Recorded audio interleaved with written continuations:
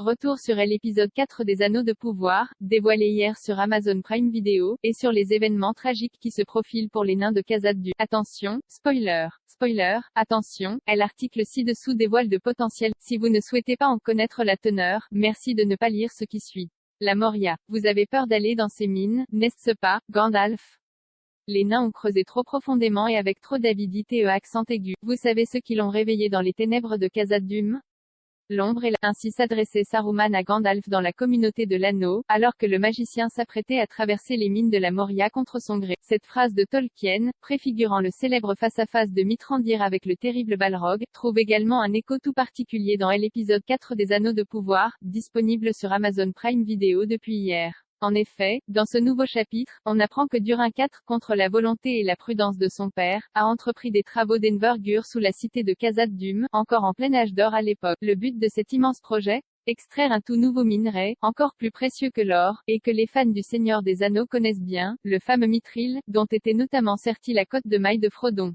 Compte tenu de la suite des événements, on peut raisonnablement supposer que c'est justement ce chantier des excavations, déjà instable, ainsi qu'on a pu le voir dans l'épisode, qui sera à l'origine de la future catastrophe, la libération du Balrog, et l'anéantissement de la cité des nains. Même si un tel événement ne doit normalement avoir lieu qu'en la 1980 du troisième âge, il est probable que la série prenne beaucoup, d'avance et relate ce sombre épisode plus tôt que prévu. En effet, l'une des bandes annonces du show nous teasait la présence d'un Balrog dans la saison 1.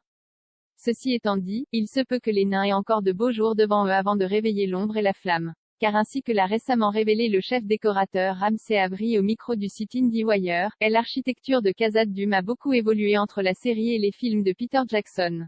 Ainsi qu'il l'explique, au deuxième âge, avant de creuser avec trop d'avidité accent aigu, le peuple de Durin sculptait la roche avec respect. Une grande partie du travail de John O et Alan Lee était également très imposant, géométrique et monumental, mais Jay put trouver cette série d'illustrations parmi leurs croquis où l'architecture des nains donnait ce sentiment d'avoir été travaillée dans la pierre.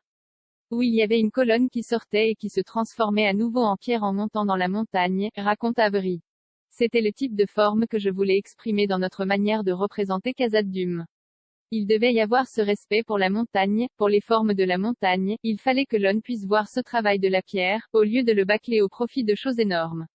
De la minutie et de la précision plutôt que de la démesure, ainsi a donc été conçue la cité des nains selon le deuxième âge dans les Anneaux de pouvoir. Reste à savoir combien de temps ils conserveront leur art avant de basculer dans la grandiloquence, causant ainsi leur propre perte. Découvrez la bande-annonce de la série. Le Seigneur des Anneaux, les Anneaux de pouvoir, saison 1 bande-annonce, de VF.